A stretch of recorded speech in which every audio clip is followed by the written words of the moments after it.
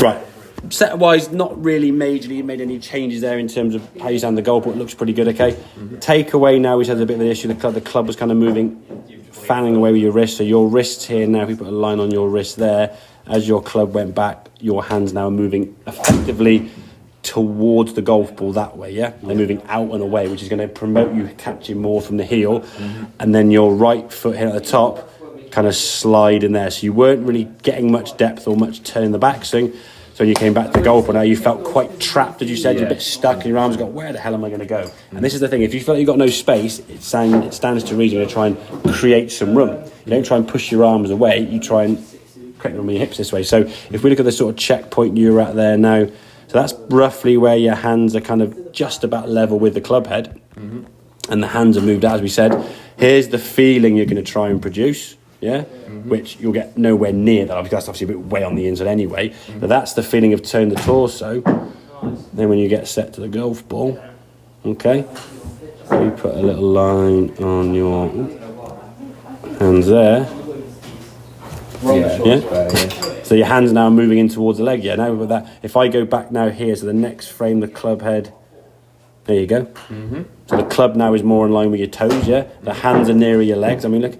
At least now you've got a more connected move there. The space. Now you can that to that is the width of that. So no wonder you'd be catching them off here. And then what would happen now at the moment is, because you've been pushing the hands outwards on the way back, you've got to react on the way down in half a second to try and bring the club in. Now sometimes you don't do enough, the shank will obviously ensue.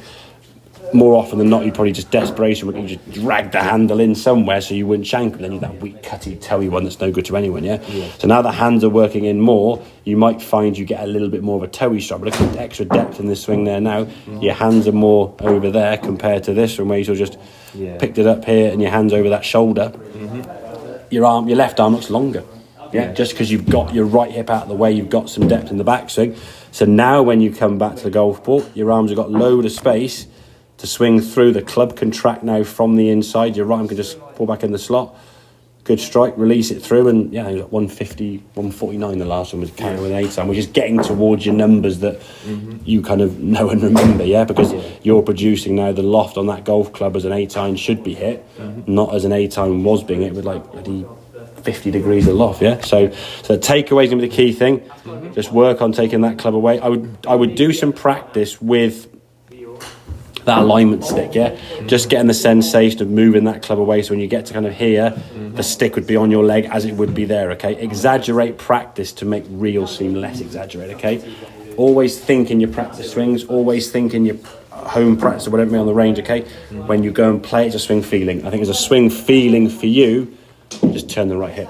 Yeah, let your arms kind of get dragged around the corner. As long as your hip works better, I think you'll probably find your arms generally just follow suit. Yeah, you'll find it quite unnatural to kind of go and do that, wouldn't you? Yeah, but if this does this, you go, well, I've got no space. Oh, I'll tell you what, I'll go out there. So if this right hip works better, I think you'll find the club will just start moving on a better angle, going back to the distance your hands are from your body there are going to be a lot closer. You're more connected here rather than the arms moving out this way into kind of shank land and you trying to get out of there quickly in the last second. So does that make sense? Yeah, excellent, good. That'll be this, and again, we'll look at some longer clubs now, but that'll be the same for every club basically. Yeah, okay, mate, good stuff. Right.